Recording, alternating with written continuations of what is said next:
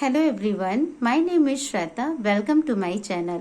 जैसा कि हमने अपने पिछले वीडियो में केवीएस कॉन्ट्रेक्चुअल टीचर के लिए जो इंटरव्यू लिए जा रहे हैं उसके बारे में बात की थी, और आज हम बात करेंगे कि केवीएस कॉन्ट्रेक्चुअल टीचर के लिए जो फॉर्म भरे जाते हैं उसमें क्या क्या चीजें फिलअप करनी होती हैं, कौन कौन से इम्पोर्टेंट डॉक्यूमेंट्स लगते हैं, इसके बारे में हम डिटेल जानकारी लेंगे। आज मैं आपको एक लाइव फॉर्म दिखाऊंगी जो कि केवीएस कॉन्ट्रेक्चुअल टीचर का एक लाइव फॉर्म होगा, जिससे आपको सारी चीजें और भी ज्यादा क्लियर हो जाएंगी। तो मेरे पास में ये एक केवीएस कॉन्ट्रेक्चुअल टीचर का ही एक फॉर्म है जिसे मैंने इंटरनेट से डाउनलोड किया हुआ है। इसको बताने से पहले मैं आप सबसे ये बताना चाहूंगी कि मैं खुद भी एक केवीएस एस्पायरेंट हूँ। मैंने अभी कुछ ही दिन पहले केवीएस कॉन्ट्रेक्चुअल टीचर के लिए मैंने खुद इंटरव्यू दिया है वेस्ट बंगाल के एक केवीएस स्कूल के अंदर, और मैं बहुत जल्द अपने उस इंटरव्यू एक्सपीरियंस को भी आप सबसे ट्रूली शेयर करूंगी। तो आज हम बात करते हैं इस फॉर्म को लेकर के, और आपको करना क्या है कि इसमें मैं 1 बाय 1 करके स्टेप बाय स्टेप चीजों को क्लियर करते जाऊंगी। आपको बहुत ही ध्यान से इसको समझना है और उसको ध्यान से सुनना है।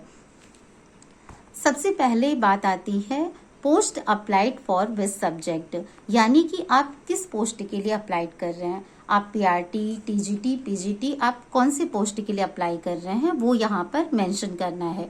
देखिए, अगर आप टीजीटी, पीजीटी के लिए जा रहे हैं तो यहाँ पर सब्जेक्ट को मेंशन करेंगे, जैसे कि TGT science, TGT maths, PGT biology, PGT Hindi. But अगर आप पीआरटी के लिए जा रहे हैं तो आपको ये पता होना चाहिए कि पीआरटी में हमें सारे सब्जेक्ट्स को पढ़ाने होते हैं। तो अगर आप पीआरटी के लिए जा रहे हैं तो यहाँ पर सिर्फ पीआरटी लिखिए और फिर आप आगे बढ़ जाइए। देन सेकंड नंबर पे आता है नेम ऑफ द एप्लीकेंट। आपका full name in capital letters में आपका नाम पूरा वहां पर लिखा होना चाहिए। और अगर मैं कहूँ कि आप अपना नाम अकॉर्डिंग टू 10 सर्टिफिकेट लिखिए, जिससे वेरिफिकेशन के टाइम पे बहुत ही ज्यादा मतलब इजी हो जाता है। देन थर्ड नंबर पे है आपका date of birth. Fourth number पे आपकी कैटेगरी आएगी, आप ओबीसी, एससी, एसटी किससे बिलोंग करते हैं वो यहाँ पर आपको मेंशन करना है। फिर आपका फिफ्थ नंबर पे फादर्स और हस्बैंड नेम, आप अपने पिताजी का नाम शो कीजिए, या फिर अगर आप मैरिड हैं तो आप अपने हस्बैंड का नाम यहाँ पर लिख सकते हैं। देन सिक्स नंबर पे करिस्पॉन्डेंस एड्रेस। देखिए, आपका जो मौजूदा एड्रेस है, यानी कि अगर केवीएस आपको कोई चीज पोस्ट करती है तो वो आप तक इजीली पहुंच जाना चाहिए, उस एड्रेस को आप यहाँ पर मेंशन कर देंगे। देन बारी आती है आपके 7 नंबर पे मोबाइल नंबर, और 8th आपका फंक्शनल ईमेल आईडी। आपका जो ईमेल आईडी है वो फंक्शनल होना चाहिए, क्योंकि केवीएस अपने सारे डिटेल्स, सारे इंफॉर्मेशन आपकी ईमेल आईडी पे शेयर करती है। तो ये तो रही आपकी पर्सनल डिटेल। अब हम बात करेंगे, देखिए इस फॉर्म में 3 कॉलम्स दिए हुए हैं, जिसमें फर्स्ट में आपका एजुकेशनल क्वालिफिकेशन है, सेकंड में प्रोफेशनल है, और थर्ड में बारी आती है आपके एक्सपीरियंस से रिलेटेड। तो मैं 1 बाय 1 करके इस कॉलम को डिस्क्राइब करने जा रही हूँ, बस आपको केयरफुली इसे ध्यान से समझना है। नंबर 1 पे एजुकेशनल क्वालिफिकेशन, इसमें स्टार्टिंग होगी आपके 10th से। तो सबसे पहले 10th, देन इसके बाद 12th, फिर आपका ग्रेजुएशन, आपने बीए, बीएससी, बीकॉम जो भी किया हुआ है, और फिर आपका पीजी, पोस्ट ग्रेजुएशन, जिसमें आपने एमए, एमएससी, एमकॉम आपने जो भी किया हुआ है।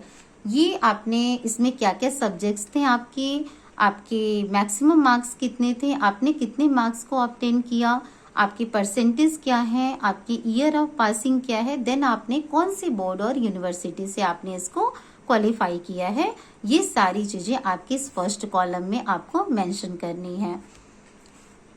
अब बारी आती है प्रोफेशनल क्वालिफिकेशन की, जिसमें स्टार्टिंग होती है आपकी बीटीसी, डीएलएड, बीएड, एमएड, उसके बाद आपके सीटेट की बारी है। तो इसमें आप बीटीसी, बीएड, एमएड में आपके जो भी सब्जेक्ट्स हैं वो आप यहाँ मेंशन करेंगे, और देन आपकी मैक्सिमम मार्क्स, कितने मार्क्स आपने ऑब्टेन किए, आपके परसेंटेज कितने हैं, ईयर ऑफ पासिंग, देन इसके बाद आपने कौन से बोर्ड और यूनिवर्सिटी से किया है, वो चीजें आपको यहाँ पर फिलअप करना है। अब बारी आती है सीटेट की।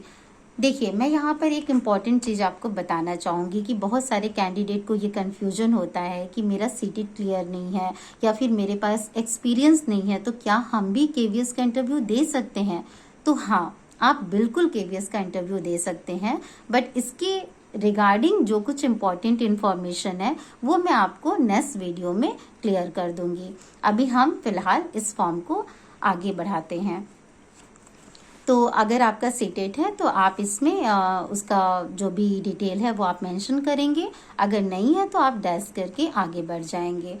फिर इसके बाद बारी आती है एनी अदर। अगर आपने इसके अलावा भी अगर आपके पास कोई डिप्लोमा है तो वो भी आप यहाँ पर मेंशन करेंगे। जैसे मैं अपनी बात करूँ तो मैंने एनटीटी भी किया हुआ है, नर्सरी टीचर ट्रेनिंग, और मैं उसकी टीचर भी रह चुकी हूँ एनटीटी के को पढ़ाने के लिए, तो वो चीज़ें मैंने यहाँ पर मेंशन की थी। अब बात आती है नंबर 3 पे आपके एक्सपीरियंस की। आपने जिस भी स्कूल में आपने टीचिंग किया हुआ है वो आपका स्कूल चाहे तो सीबीएसई, आईसीएसई या स्टेट बोर्ड से एफिलिएटेड है, अगर आपने वहाँ पर टीचिंग किया है तो वहाँ का एक एक्सपीरियंस सर्टिफिकेट आप ज़रूर ले लीजिए और उसकी डिटेल आपको यहाँ पर मेंशन करनी है। देखिए, ये चीज़ तो है, रियलिटी है कि अगर किसी कैंडिडेट के पास सीटेट है और उसके पास एक्सपीरियंस है तो उनको प्रायोरिटी, रिजल्ट के टाइम पे उनको प्रायोरिटी मिलती है। तो मैं ये कहना चाहूँगी कि आपके पास अगर एक्सपीरियंस, यहाँ तक कि अगर आपने 2 मंथ्स भी अगर आपने किसी स्कूल में पढ़ाया है, 2, 4, 6 मंथ आपने जो भी पढ़ाया है, जितनी भी मंथ्स आपने जितने दिन भी पढ़ाए हो, आप प्लीज़ वहाँ का एक एक्सपीरियंस सर्टिफिकेट बनवा करके आप ले लीजिए, जो कि वो आपके लिए बहुत ही ज़्यादा यूजफुल होगा। खास तौर से इस फॉर्म के लिए बहुत ही ज़्यादा यूजफुल है। तो आप अपना एक्सपीरियंस सर्टिफिकेट आप ले लीजिए और उसकी जो भी डिटेल्स है यहाँ पर आपको मेंशन करनी है। आप कौन सी पोस्ट पे थे वहाँ पर, कौन सी क्लास को आपने पढ़ाया है और किस मंथ से किस मंथ तक पढ़ाया है, कंप्लीटेड मंथ्स क्या हैं, वो सारी डिटेल्स यहाँ पे आपको फिलअप करनी है। तो इस तरीके से आपके तीनों कॉलम्स फिलअप हो जाते हैं। अब बारी आती है 6 नंबर पे, प्रोफिशिएंसी इन computer application, games, sports, music, art, debate, quiz. अगर इनमें से कुछ है आपके पास तो आप इसको यहाँ फिलअप कीजिए, अगर नहीं है तो घबराने की कोई बात नहीं, आप यहाँ पर डैश कीजिए और आगे बढ़िए। फिर आपकी बारी आती है 7 नंबर पे, any close relative in KVS, if yes give details. अगर आपका कोई केवीएस में क्लोज रिलेटिव है तो उसकी डिटेल आप यहाँ पर ये वाले कॉलम में यहाँ पर आप मेंशन कर सकते हैं। तो इस तरीके से आपका ये ओवरऑल फॉर्म कंप्लीट होता है। लास्ट में आपको अपना नाम और यहाँ पर आपको साइन करना है और इस तरीके से आपका पूरा का पूरा जो फॉर्म है वो कंप्लीट हो जाता है। लास्ट में आपको यहाँ देखिए कॉर्नर में एक आपको पासपोर्ट साइज फोटो लगानी है जो कि आपकी सेल्फ अटेस्टेड होगी, यानी कि आपको वो फोटो यहाँ पर पेस्ट करना है और उस पर अपना साइन करना है। और अब डॉक्यूमेंट्स की अगर बात करें तो देखिए, आपने जितनी सारी चीजें इसमें मेंशन की हुई हैं उसके डॉक्यूमेंट्स आपके पास अवेलेबल होने चाहिए। वो सारे डॉक्यूमेंट्स आप यहाँ पर अटैच करके, पिन अप करके और इस तरीके से आप इसको पूरा रेडी कर लीजिए। और जिस दिन भी आपका इंटरव्यू की डेट है आप उस दिन जाइए और अपना इंटरव्यू दीजिए। और देखिए, एक चीज़ मैं और बताना चाहूँगी कि कुछ केवी स्कूल के अंदर ऐसा भी है कि इस फॉर्म को ले जाकर के डॉक्यूमेंट्स के साथ में रेडी करके इसको आपको पहले ही हार्ड कॉपी ये सबमिट करनी होती है। आपके इंटरव्यू के कुछ दिन पहले की एक डेट दी जाती है जिस पर आपको ये जाके सबमिट करनी होती है। बट बहुत सारे ऐसे केवी स्कूल हैं जहां पर आप डायरेक्ट भी जाएंगे इसके साथ में इंटरव्यू के डेट पे, तो उसी दिन आपका ये वेरिफिकेशन और इंटरव्यू प्रोसेस वो सारा का सारा उसी दिन हो जाता है। तो ये अलग अलग केवी स्कूल पे डिपेंड करता है। और इसकी जानकारी जब आप नेट से ये फॉर्म डाउनलोड करेंगे तो वहां पर ये सारी डिटेल्स दी होंगी कि आपको ये पहले सबमिट करना है या फिर उस दिन लेके जाना है। तो बस मुझे नहीं लगता कि इसमें कोई भी आपको घबराने या परेशान होने की ज़रूरत है।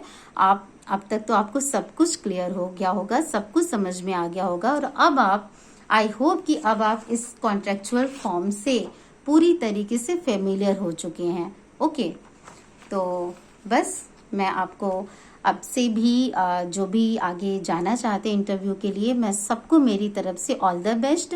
आप चेक कर लीजिए, अगर वहाँ पर वैकेंसी अवेलेबल है तो आप जाइए, अदरवाइज घबराने की बात नहीं है। ये वैकेंसी 6 मंथ के अंदर फिर से दोबारा आती है। तो आज के लिए बस इतना ही, और आई होप कि आपके जितने भी डाउट्स थे फॉर्म को लेकर के वो क्लियर हो गए होंगे। और इनकेस अगर कुछ ऐसा रह जाता है तो आप मुझे कमेंट सेक्शन में बताइए, मैं उसके लिए रिप्लाई मैं आपका ज़रूर करूँगी। तो मिलते हैं नेक्स्ट वीडियो में। Thank you so much. और मेरे पहले वीडियो में इतने सारे लाइक्स और कमेंट्स के लिए आप सभी को बहुत बहुत thank you. So I hope कि आपका दिन शुभ और मंगलमय हो। Thank you so much. मिलते हैं नेक्स्ट वीडियो में। Thank you.